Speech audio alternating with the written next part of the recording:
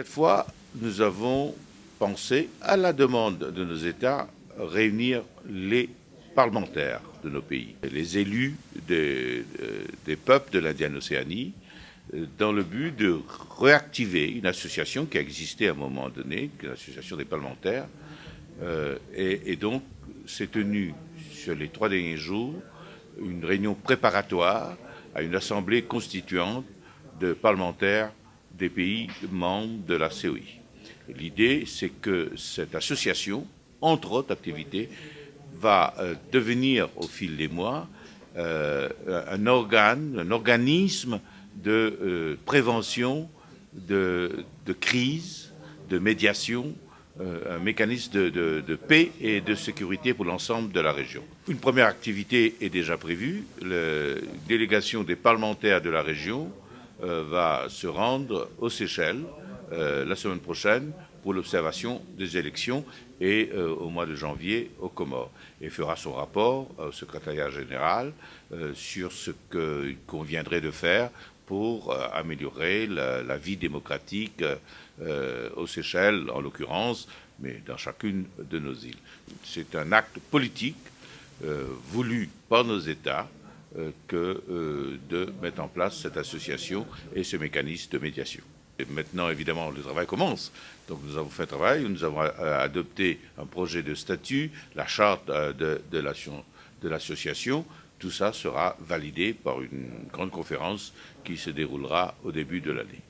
Cette rencontre pour la délégation de Madagascar a été source d'une grande satisfaction, ne serait-ce que déjà parce qu'aujourd'hui l'interparlementarisme fait partie des organes, des concepts qui sont poussés par les Nations Unies même, en complément des actions qui sont faites par l'exécutif. Et ça existe déjà à travers l'Union interparlementaire au niveau mondial.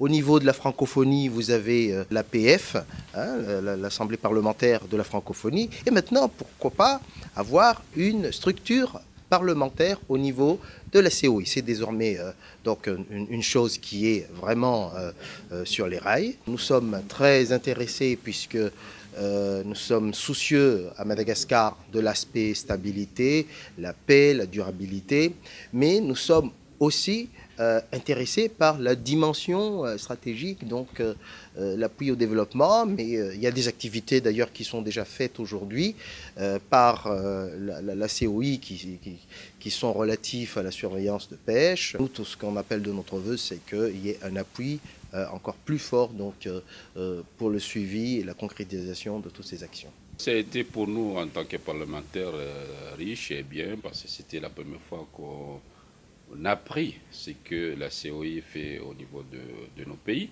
Et la CCE a été très bien organisée et les présentations ont été bénéfiques. On a beaucoup appris, on a échangé des discussions importantes au niveau du développement de nos pays respectifs. Aujourd'hui, ça a été une présentation de la COI et moi je crois que c'est très important pour nous de voir que les échanges peuvent se faire dans la région et le travail qui est fait et le sérieux de la COI. Et je pense que demain, que si on a un parlement de la COI, et un regroupement des parlementaires de la COI, le secrétariat qui sera